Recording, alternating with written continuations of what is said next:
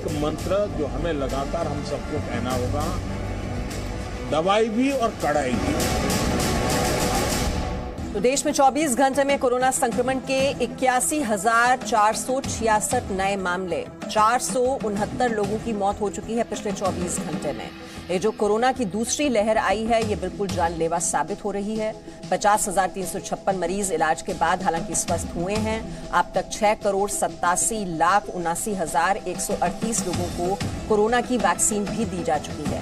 लेकिन कोरोना का संक्रमण जिस तरह से तेजी से फैल रहा है, पिछले 6 महीने में सबसे ज्यादा कोरोना के मामले, जो कि इस वक्त परेशानी का सबब बने हुए हैं। तो 8,000 के आंकड़े को भी क्रॉस कर चुका है कोरोना का आंकड़ा मुंबई में। तो सबसे ज्यादा जो चिंता पैदा करने वाले इस वक्त आंकड़े हैं वो महाराष्ट्र के हैं और खास तौर पर मुंबई के।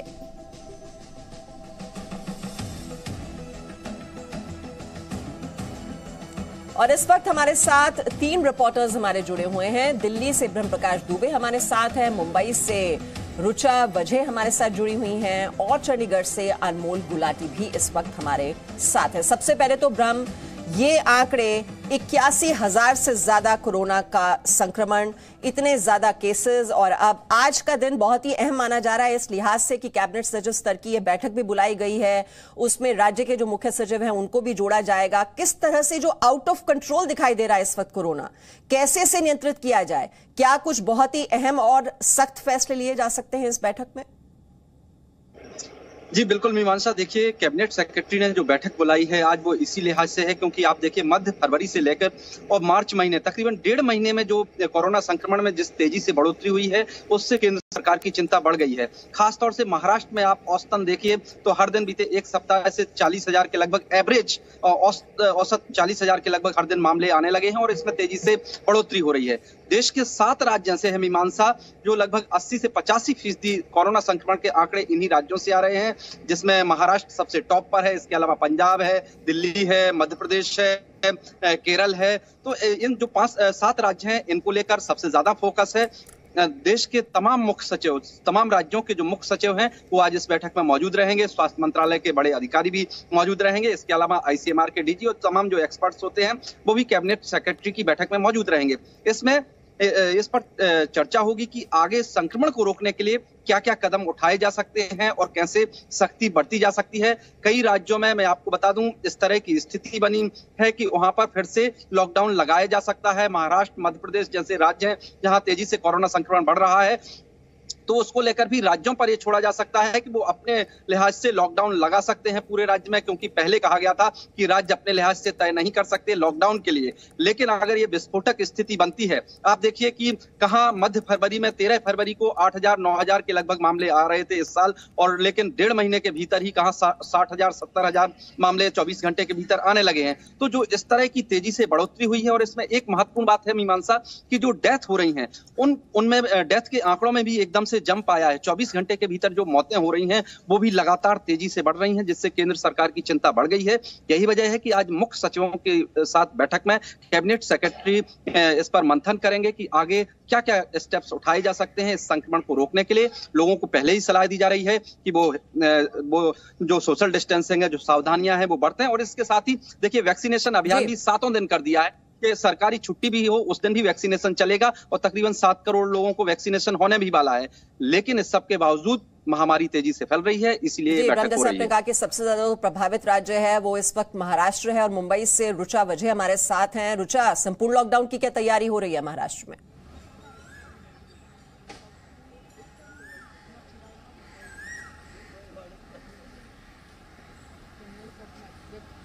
जी, जैसे कि कल BMC की महापौर किशोरी पेडनेकर जी ने ये चेतावनी दी है कि अभी ये मुंबई की जो स्थिति चल रही है, 8,000 का भी आंकड़ा मुंबई में पार हो चुका है। लोग सोशल डिस्टेंसिंग नहीं उनका पालन नहीं कर रहे, इसीलिए ये आंकड़ा बढ़ते हुए अभी दिख रहा है। और इसीलिए मुंबई में कड़क निर्बंध जारी किए जाएंगे। लोकल जो है, लोकल सेवा जो है उसमें सिर्फ एसेंशियल वर्कर्स को अलाउ किया जाएगा। होटल्स, मॉल्स हो, होटल में 50% ही लोग आ सकते हैं, या फिर मॉल और जो थिएटर है वो पूरी तरीके से बंद कर दिए जाएंगे। मंदिर बंद कर दिए जाएंगे, धार्मिक स्थल सब बंद कर दिए जाएंगे। ऐसी चेतावनी अभी तक तो उन्होंने दी है, क्योंकि जिस प्रकार से अभी मुंबई में देखा जाए तो केसेस बढ़ते हुए नज़र आ रहे हैं। लॉकडाउन नहीं करना है, सरकार को भी नहीं करना है, लोगों को भी नहीं चाहिए, लेकिन ये कड़क निर्बंध अगर जारी किए जाएंगे और उसके बाद भी अगर लोगों ने नहीं सुना, अगर ऐसे ही स्थिति रही तो फिर मुंबई में या पूरे महाराष्ट्र में ही लॉकडाउन हो सकता है। अभी मैं आपको दिखाऊँ तो अभी मैं दादर के इलाके में हूँ, जहाँ पे हमने जैसे कहा यहाँ पे बहुत सारे लोग जो मॉर्निंग वॉक के लिए आते हैं, घूमने के लिए आते हैं, यहाँ पे जिम भी है, वहाँ पे लोग आते हैं।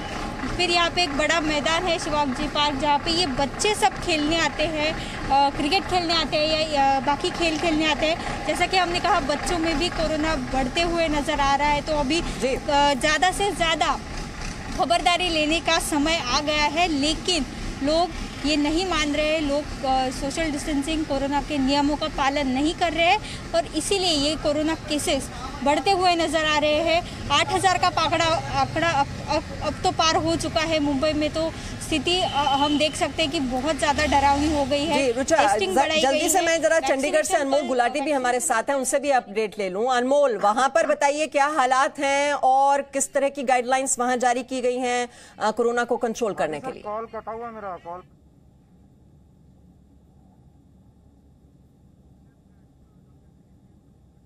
लगता है अनमोल तक हमारी आवाज नहीं पहुंच पा रही है। डॉक्टर सूर्यकांत, डॉक्टर स्वाति महेश्वरी भी इस वक्त हमारे साथ हैं। डॉक्टर सूर्यकांत, 81,000 के फिगर को क्रॉस कर चुका है इस वक्त कोरोना का आंकड़ा। बीते 6 महीने में सबसे ज्यादा कोरोना के मामले। ऐसा क्या हुआ है अचानक से जो हमें इतना ज्यादा यह बढ़ोतरी देखने को मिल रही है और हमें लग रहा है ये बिल्कुल आउट ऑफ कंट्रोल होता जा रहा है? देखिए, ऐसा हुआ कि जैसे ही नया साल शुरू हुआ, हमें 2-3 बढ़िया खुशखबरी मिली और हम अति आत्मविश्वास में चले गए। जैसे हमारे प्रधानमंत्री जी ने कहा है कि आत्मविश्वास करिए लेकिन लापरवाही मत करिए, और हम अति आत्मविश्वास से लापरवाही की तरफ चले गए।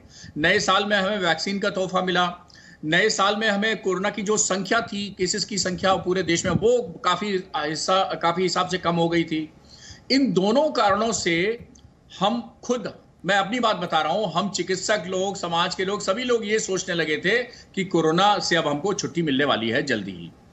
इसी सोच के कारण थोड़ी हमारी भी लापरवाही हुई, जनता की भी लापरवाही हुई, सबकी हुई। और ये मुझे लगता है कि मानव स्वभाव का एक स्वाभाविक स्वरूप भी है कि जब हम थोड़े ओवर कॉन्फिडेंट हो जाते हैं तो हम थोड़े लापरवाह हो जाते हैं। लेकिन हम चूंकि अंतिम चरण में थे कोरोना के खिलाफ लड़ाई में, और हम थोड़े शिथिल पड़ गए, ढीले पड़ गए, इसलिए कोरोना हम पर हावी हो गया। लेकिन समय आ गया है। देखिए, 2 चीजों का बहुत अहम भूमिका होती है। एक होती है सरकार की तैयारी और दूसरी जनता की भागीदारी। सरकार बिल्कुल युद्ध स्तर पर आ गई है, कि तैयारी में कहीं कोई कमी नहीं है। 24/7 वैक्सीनेशन प्रोग्राम चलाया जा रहा है। हमारे पास सिर्फ 2 उपाय हैं, एक यहां पर टीका और एक यहां पर मास्क।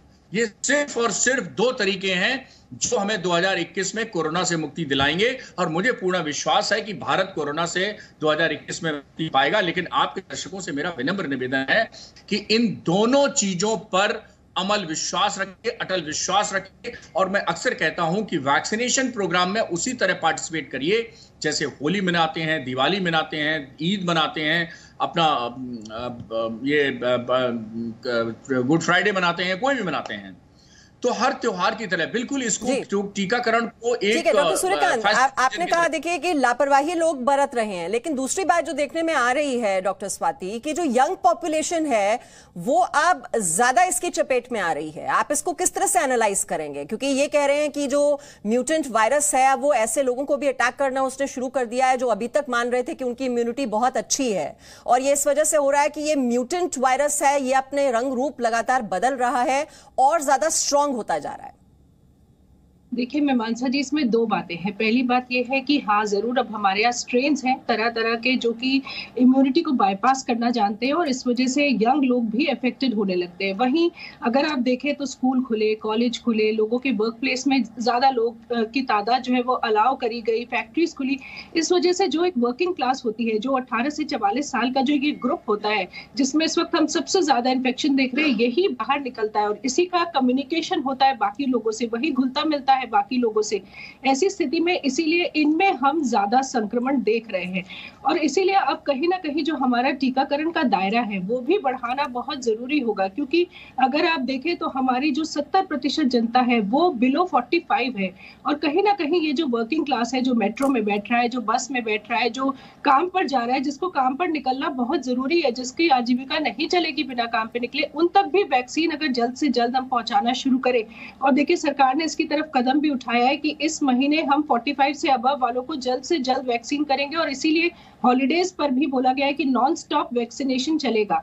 इसीलिए अब ये कोशिश करी जा रही है कि अगर जल्द से जल्द हम इस वर्ग को कवर कर ले तो फिर हम नीचे वाले वर्ग पर आ पाए, क्योंकि सबसे ज्यादा खतरा और एसिम्प्टोमेटिक केसेस जो है हमारे वो हमारे इस वर्ग पे। और अब एक अच्छी खबर टीकाकरण से ये भी आई है, अभी जो नई स्टडीज हुई है उनसे ये पता चला है कि ये वैक्सीन ट्रांसमिशन को भी रोकेंगी, क्योंकि पहले लगातार इस बात पर एक सवाल खड़ा हुआ था कि वैक्सीन हमें तीव्र बीमारी से तो बचा रही है लेकिन क्या ये ट्रांसमिशन को भी।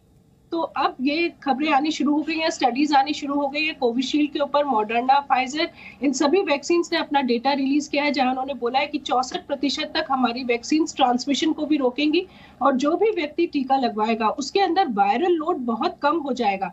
4% तक उन्होंने बोला है कि हमारे 4 गुना हमारे अंदर जो है वायरल लोड कम हो जाएगा अगर हम वैक्सीन। ऐसे में डॉक्टर स्वाति वही बात है कि जो वैक्सीनेशन का है वो दायरा बढ़ाने की भी कोशिश हो रही है। अब तो ये भी कहा जा रहा है कि जो पब्लिक हॉलिडेज होंगी उस दिन भी वैक्सीनेशन के लिए लोग जा सकते हैं और न सिर्फ गवर्नमेंट हॉस्पिटल्स, प्राइवेट हॉस्पिटल्स में भी ये सुविधा जो है वो लोगों के लिए उपलब्ध है। और अब इसका दायरा भी बढ़ा दिया गया है कि 45+ जो लोग हैं वो भी जाकर वैक्सीन ले सकते हैं। लेकिन हालात कई शहरों में बहुत ही खराब नजर आ रहे हैं कुछ राज्यों में, और इन्हीं में से एक राज्य है मध्य प्रदेश और वहां से हमारे सहयोगी राहुल इस वक्त हमारे साथ हैं। राहुल, वहां तो 4 शहरों में लगभग टोटल लॉकडाउन लगा हुआ है, सब चीजें बंद हैं। अभी क्या स्थिति बनी हुई है, कितने केसेस वहां पर देखने को मिल रहे हैं और इस सख्ती के बाद कुछ क्या असर नजर आ रहा है? देखिए, कई ऐसे शहर हैं जिनमें कि संक्रमण का दर बढ़ा है। खास तौर पे संक्रमण का दर यदि हम इंदौर की बात करें, भोपाल की बात करें, जबलपुर की बात करें, ग्वालियर की बात करें तो इंदौर में 600 का आंकड़ा प्रतिदिन, भोपाल में 500 के आंकड़ा के पास में पहुंचता हुआ संक्रमण दर है। उसके साथ ही जबलपुर में जिस तरीके से संक्रमण दर की यदि बात किया जाए 150 के पार पहुंच रहा है प्रतिदिन का। ग्वालियर में भी इसी तरीके से बैतूल, छिंदवाड़ा, ये सभी जो इलाके हैं उनमें, या नीमच हो, इन सभी जगहों में संक्रमण का दर बढ़ा है। और इसी की वजह से कई यहाँ पर जैसे इन सभी जिलों में 4 जो जिले हैं उन जिलों में रविवार का लॉकडाउन है। उसके अलावा जो क्राइसिस मैनेजमेंट कमेटी है, क्राइसिस मैनेजमेंट कमेटी के द्वारा जो डिसाइड किया गया है, जैसे छिंदवाड़ा में किस तरीके से वहाँ पर लॉकडाउन की अवधि को बढ़ाया गया है, ये सभी चीज़ें प्रयास यहाँ पर किया गया है। और साथ ही साथ जो सबसे बड़ी चीज़ है कि खुद मुख्यमंत्री ने जो संक्रमण को रोकने के लिए प्रभावी कदम की जो बात की है उसमें सीधे तौर पे इम्यूनाइजेशन के ऊपर ज़्यादा फोकस किया है। और यही कारण है कि इम्यूनाइजेशन का प्रोसेस प्रदेश भर में 4 लाख इम्यूनाइजेशन पर डे टीकाकरण कराने का लक्ष्य दिया गया है, जिसमें कि कल से ही उसकी शुरुआत हुई थी। और उसमें 3,69,000 टीकाकरण पूरे के पूरे प्रदेश में किया गया था। भोपाल जैसे शहर की यदि बात किया जाए तो 40,000 इम्यूनाइजेशन पर डे टीकाकरण का लक्ष्य जो है 40,000 भोपाल को दिया गया है। अलग अलग सभी जिलों ये जो देखिए, ये जो टारगेट्स की जो बात आप कर रहे हैं वैक्सीनेशन की, ये हर राज्य को कहीं ना कहीं सेट करना होगा कि जल्द से जल्द ज्यादा से ज्यादा लोगों को इसके दायरे में लाया जाए और वैक्सीन उन्हें लगा दी जाए। अनमोल गुलाटी चंडीगढ़ से इस वक्त हमारे साथ है। अनमोल, जल्दी से आप वहां से भी एक अपडेट दे दें हमें। जी बिल्कुल मीमांसा, अगर बात की जाए इस वक्त चंडीगढ़ की और पंजाब की खास तौर पे तो काफी ज्यादा कोरोना जो कि वो पैर पसारता नजर आ रहा है। हालांकि प्रशासन द्वारा कुछ जिलों के अंदर कुछ गाइडलाइंस दी गई हैं जिसके चलते 9 बजे के बाद नाइट कर्फ्यू पंजाब में इम्पोज किया गया है। और उसके बाद वही अगर चंडीगढ़ की बात की जाए तो 11 बजे के बाद कोई भी रेस्टोरेंट्स, क्लब्स, पब्स जो की हैं इनको खुलने की परमिशन नहीं दी गई है और तमाम गाइडलाइंस जो की वो दी गई है। लेकिन सबसे बड़ी बात यह है, जब तक उन गाइडलाइंस की पालना लोग ये समझ के नहीं करेंगे कि उनके लिए ये गाइडलाइंस गाइडलाइंस दी गई है तब तक कुछ भी जो कि है कोरोना से राहत जो कि है वो बिल्कुल भी मिलती नजर नहीं आएगी। प्रशासन द्वारा जरूर पूरी कोशिश की जा रही है कि किसी भी तरीके से कोरोना जैसी ये जो बीमारी है इससे लोगों, इसके प्रकोप से लोगों को बचाया जाए। लेकिन वहीं अगर लोगों की बात की जाए तो जब तक अवेयरनेस नहीं होगी तब तक बिल्कुल भी असर नहीं होगा। 2500 से ज्यादा, औसतन 2500 से ज्यादा केसेस डेली जो कि हैं वो सामने आ रहे हैं पंजाब के अंदर, जो कि अगर बात की जाए 4 से 6 महीने पहले की तो 200 से 300 केस सामने आ रहे थे। इस कुछ ही दिनों के अंदर जो कि है इतना ज्यादा जो बढ़ोतरी केसेस में सामने आई है, काफी ज्यादा चिंताजनक। और साथ ही सबसे बड़ी बात जो कि सामने आ रही है वो ये है कि ये कोरोना का नया स्ट्रेन है जो कि यूके से है, जिसकी पुष्टि पंजाब के सेहत मंत्री बलबीर सिद्धू द्वारा की गई है, जो कि काफी ज्यादा खतरनाक है, जिसके परिणाम काफी खतरनाक हो सकते हैं अगर लोगों द्वारा नियमों की पालना नहीं की जाती, गाइडलाइंस की पालना नहीं की जाती। और साथ ही ये भी लोगों को कहा जा रहा है कि वैक्सीन लगवाई जाए। 45 साल से ऊपर के जो लोग हैं उनको वैक्सीन का अब जो कि अप्रूवल दी गई है, लेकिन लोग जो कि है वॉलंटियरली आगे नहीं आ रहे अपनी वैक्सीन लगवाने के लिए, जो कि काफी बड़ा चिंता का विषय है। जी बिल्कुल, बीते 6 महीने में सबसे ज्यादा कोरोना के मामले, लगातार दूसरे दिन 450 से ज्यादा लोगों की मौत। और ये लोगों को ध्यान रखना होगा कि अगर मास्क होगा डाउन तो फिर से लगेगा लॉकडाउन। और इस वक्त हमारे साथ डॉक्टर स्वाति महेश्वरी जुड़ी हुई हैं, डॉक्टर सूर्यकांत हमारे साथ हैं और देश के अलग अलग शहरों से इस वक्त हमारे रिपोर्टर्स भी हमारे साथ जुड़े हुए हैं। डॉक्टर स्वाति, और देश के अलग अलग शहरों से इस वक्त हमारे रिपोर्टर्स भी हमारे साथ जुड़े हुए हैं। डॉक्टर स्वाति, अभी 6 करोड़ से ज्यादा लोगों को वैक्सीनेशन दी जा चुकी है और जैसे कि आप बता रही थी कि ज्यादा से ज्यादा लोगों को आगे आकर वैक्सीन लगवानी चाहिए, लेकिन कुछ ऐसे केसेस भी देखने को मिल रहे हैं जहां पर वैक्सीन भी लग गई लेकिन फिर भी कोरोना पॉजिटिव पाए जा रहे हैं। इसकी क्या वजह है? देखिए मीमांसा जी, ये समझना जरूरी होगा कि वैक्सीन हमें 100% प्रोटेक्शन नहीं देती। अगर देखा जाए तो वैक्सीन की एफिकेसी अभी 70 से 80% के आसपास है। इसलिए अभी भी 20% लोग ऐसे हो सकते हैं जिनको कि वैक्सीन लगे और उसके बाद भी उनको कोरोना हो जाए। वहीं दूसरी बात ये भी है कि अभी बहुत कम लोग ऐसे, 90 लाख लोग ऐसे हैं जिनको 2 डोजेस लग चुकी हैं और 2 डोजेस लगने के भी 45 दिन के बाद हमारे शरीर के अंदर इतनी एंटीबॉडीज बनती है कि वो हमें कोरोना संक्रमण से सुरक्षित रख सके। तो अभी बहुत सारे लोग सिंगल डोज वाले भी हैं और इस वजह से भी काफी ज्यादा हद तक ये संभावनाएं हैं कि उनको दोबारा कोरोना हो सके।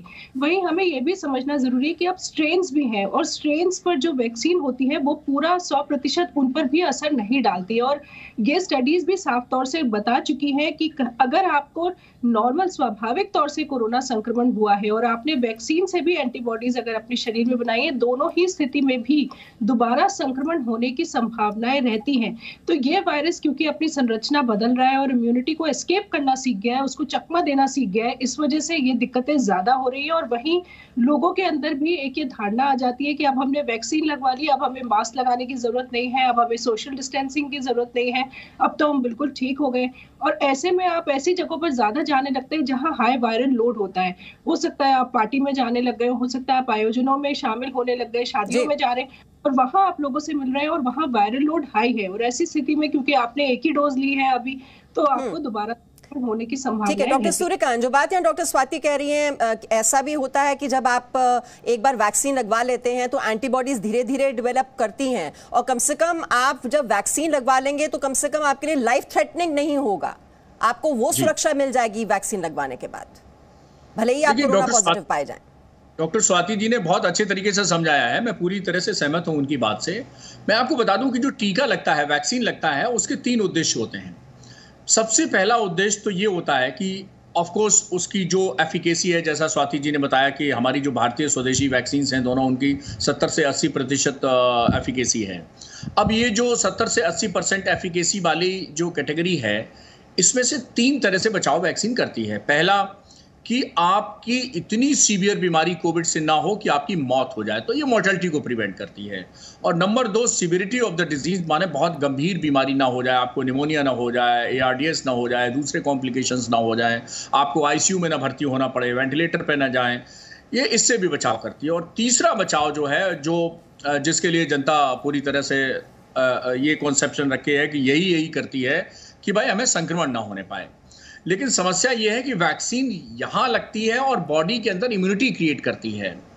अब वैक्सीन कोई ऐसी नहीं है कि नाक के बाहर एक शटर डाल देती है कि साहब अब ये वायरस अंदर जाएंगे नहीं। अगर आप ऐसी किसी स्थिति में पहुंच गए हैं जहां आप मास्क नहीं लगाए हैं, खासतौर पे कंजेस्टेड एरिया है, देखिए, एक तो वायरल लोड इंपॉर्टेंट है और दूसरा ये आपका वातावरण।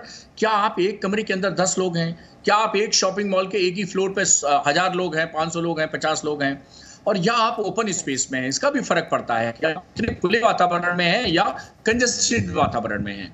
और एक व्यक्ति जैसे ही कोरोना वायरस से ग्रसित व्यक्ति अगर खांसता है या छींकता है तो एक बार खांसने से करोड़ों वायरस निकलते हैं, करोड़ों वायरस पार्टिकल निकलते हैं, 2-4 नहीं।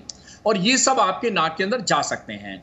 और अब जब नाक के अंदर चले जाएंगे, यानी वैक्सीन जो है वो वायरस का अंदर जाना बाहर जाना ये रोक नहीं पाती है। इसीलिए कहा गया है, इसीलिए प्रधानमंत्री जी ने कहा दवाई भी कड़ाई भी, हमको सोशल वैक्सीन भी लागू करनी पड़ेगी और बायोलॉजिकल वैक्सीन भी लगानी पड़ेगी। जी, लेकिन वही जो लापरवाही की बात आप कह रहे थे डॉक्टर सूर्यकांत, रायपुर से रजनी इस वक्त हमारे साथ हैं। रजनी, वहां पर लोग कितनी लापरवाही बरत रहे हैं, जो बार बार मेडिकल एक्सपर्ट्स यही कह रहे हैं कि हम इतने कॉन्फिडेंट हो गए हैं कि देखिए वैक्सीन आ गई है तो हमारा कोई कुछ बिगाड़ नहीं पाएगा। वहां पर क्या गाइडलाइंस प्रशासन की ओर से जारी किए जा रहे हैं और लोग उसको कितना फॉलो कर रहे हैं, पालन कर रहे हैं या नहीं कर रहे हैं? जी मीमांसा, छत्तीसगढ़ में स्थिति हर दिन खराब होती चली जा रही है। हर दिन यहाँ पे कोरोना का रिकॉर्ड टूट रहा है और छत्तीसगढ़ में अब स्ट्रेन की पुष्टि भी हो गई है। ऐसे में सरकार की चिंताएं भी बढ़ चुकी हैं और लोग भी अब डरे हुए हैं। जब वैक्सीन आई थी तो कहीं ना कहीं लोगों के मन में ये था कि अब वैक्सीन आ चुकी है, ऐसे में ना तो मास्क की जरूरत है, ना ही सोशल डिस्टेंसिंग का पालन करने की जरूरत है। और इस सोच ने ही कोरोना के खतरे को इस तरह बढ़ा दिया है कि छत्तीसगढ़ में हर दिन 3000 से ज्यादा की संख्या में मामले सामने आ रहे हैं। सरकार शुरू से ही कहती रही कि हम लॉकडाउन लगाने के पक्ष में नहीं है, ना ही नाइट कर्फ्यू लगाने का हमारा कोई इरादा है। पर अब जिस तरीके से मामले बढ़ रहे हैं उसके बाद नाइट कर्फ्यू लग चुका है। छत्तीसगढ़ के 16 जिलों में इस वक्त नाइट कर्फ्यू है, 20 जिलों में धारा 144 लगाई गई है। और इसके साथ ही कल मुख्यमंत्री ने सभी कलेक्टरों को ये निर्देशित कर दिया है कि अगर वो चाहें तो अपने अपने जिलों में लॉकडाउन भी लगा सकते हैं। यानी कि कुछ हफ्तों पहले तक ये लग रहा था कि सब कुछ बेहतर है और कोरोना नियंत्रण में है, लेकिन 2 से 3 हफ्तों में ही स्थिति नियंत्रण से बाहर हो गई है। और बहुत ज्यादा चिंता इसलिए भी बढ़ रही है क्योंकि न सिर्फ मामले बढ़ रहे हैं बल्कि जितनी तेजी से मामले बढ़ रहे हैं सरकार के पास उतनी सुविधाएं नहीं है। ऑक्सीजन वाले बेड की कमी है, तमाम जितने उपाय होने चाहिए उसकी कमी है, एंटीजन किट नहीं है, यहाँ पर RT-PCR की रिपोर्ट आने में बहुत देरी हो रही है। तो ये तमाम मुश्किलें हैं जो सब छत्तीसगढ़ में आ रही हैं। रुचा भी हमारे साथ है। रुचा, जो बात यहाँ पर बताई जा रही है कि जो RT-PCR टेस्ट है, क्योंकि बार बार प्रधानमंत्री इसी बात पर जोर दे रहे थे कि जो टेस्टिंग है, ट्रेसिंग है और ट्रीटिंग है, ये जो 3 T's हैं इसको हमें फॉलो करना है। लेकिन टेस्ट का जो टारगेट है क्या उसे अचीव कर पा रही है वहां पर राज्य सरकार?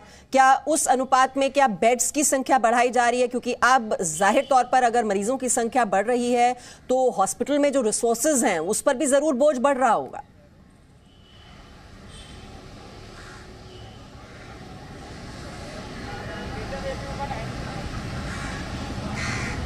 जी बिल्कुल सही बात है। महाराष्ट्र में जो स्थिति अभी दिखाई दे रही है, कई जिलों में अभी बेड्स की कमतरताएं नज़र आ रही है। नासिक में अगर देखा जाए तो नासिक में बहुत ज़्यादा हालत ख़राब है। मुंबई में बेड्स बढ़ाए गए हैं, 25,000 तक बढ़ाए गए हैं। टेस्टिंग की अगर बात करें तो जैसा मैंने कहा, जहाँ जहाँ भीड़ होती है, लोकल स्टेशन हो, मॉल हो, उसके बाहर एंटीजन टेस्ट कराए जा रहे हैं। रोज़ ये टेस्ट हो रहे हैं, ज़्यादा से ज़्यादा टेस्ट कराए जा रहे हैं। अगर मुंबई की बात करें, न्यू मुंबई में अगर देखा जाए तो RT-PCR के रिपोर्ट जल्दी नहीं मिल रहे हैं। वहाँ पे लोगों को बहुत ज़्यादा तकलीफ हो रही है। अगर एंटीजन टेस्ट की बात की जाए तो वो रिपोर्ट तुरंत मिल जाते हैं 10 मिनट में, लेकिन RT-PCR के रिपोर्ट जल्दी नहीं आते हैं।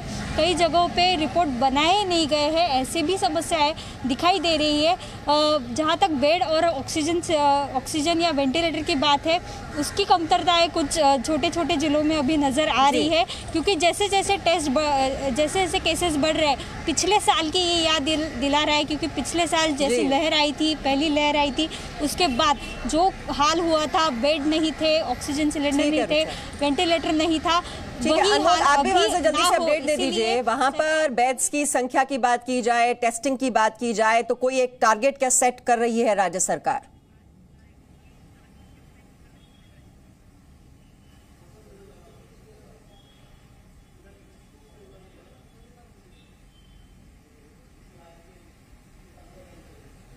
अनमोल, मेरी आवाज आप तक पहुंच पा रही है? जी जी जी जी, टेस्टिंग जो है और जो बेड्स की व्यवस्था है, क्योंकि आईसीयू बेड्स की भी जरूरत अब ज्यादा पड़ेगी अगर कोरोना संक्रमितों की मरीजों की संख्या बढ़ रही है। और हम देख रहे हैं जो मौत का आंकड़ा है, अब हमें लोगों की जिंदगी को बचाना है, उसके लिए जो हॉस्पिटल में इंफ्रास्ट्रक्चर होना चाहिए, जो रिसोर्सेज होने चाहिए, क्या वो मौजूद हैं कि नहीं है?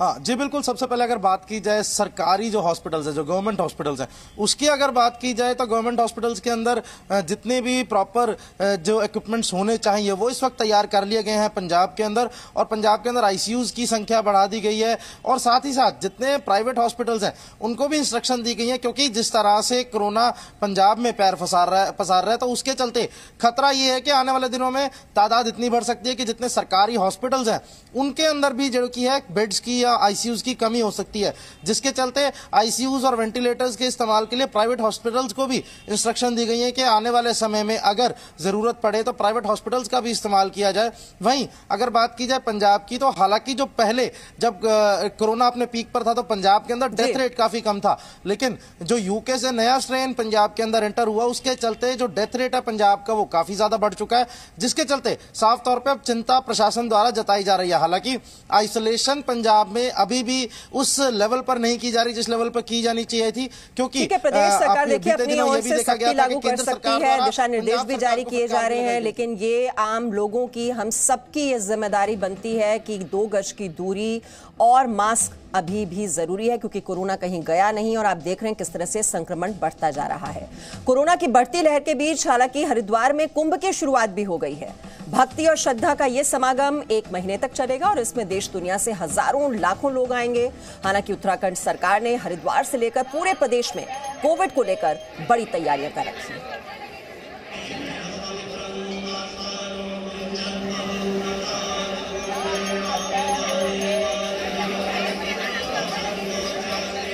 धर्म नगरी हरिद्वार में रौनक इन दिनों बढ़ी हुई है, क्योंकि हरिद्वार में कुंभ मेले की शुरुआत हो गई है। लेकिन कोविड का असर कुंभ मेले में भी दिख रहा है। मेला अधिकारी और आईजी ने खुद ब्रह्म कुंड पर पूजा अर्चना और दुग्धाभिषेक कर मेले की औपचारिक शुरुआत की। श्रद्धा के इस महासंगम में देश विदेश के हजारों लाखों लोग पहुंच रहे हैं। कुंभ मेले की शुरुआत हो गई है। 1 महीने तक चलने वाले कुंभ मेले को लेकर जहां पुलिस प्रशासन ने सुरक्षा के पुख्ता इंतजाम करने का दावा किया है, वहीं लगातार श्रद्धालुओं का देश और विदेश से आने का सिलसिला शुरू हो गया है। सरकार ने कोविड-19 के तहत गंगा स्नान करने के लिए दिशा निर्देश जारी किया है। कुंभ में आगे भी गंगा तट पर स्नान, दान, पूजा अर्चना करने वालों की जबरदस्त भीड़ लगने का अनुमान है। और कोविड काल में यही भीड़ प्रशासन के लिए सबसे बड़ी चुनौती होगी। हालांकि मेला अधिकारी कहते हैं कि श्रद्धालुओं की सेहत की सुरक्षा के लिए पर्याप्त इंतजाम किया गया है। हमारा ये प्रयास रहा है कि हर 200 मीटर पे एक पानी का स्टैंड पोस्ट हमको मिले ताकि लोग पानी पी सकें। अलग अलग क्षेत्रों में टॉयलेट्स डिप्लॉय किए गए हैं, जहाँ भीड़ भाड़ ज़्यादा है वहाँ पे मोबाइल टॉयलेट्स लगाए गए हैं। अलग अलग सेक्टर्स में साफ सफाई के लिए हमारे जो स्वच्छता कर्मी हैं उनका डिप्लॉयमेंट हुआ है। 4000 से ऊपर डस्टबिन डिप्लॉय किए गए हैं ताकि जो मेला क्षेत्र है वो साफ सुथरा दिखे। Presenting B News app available on Google Play and App Store. Download it now.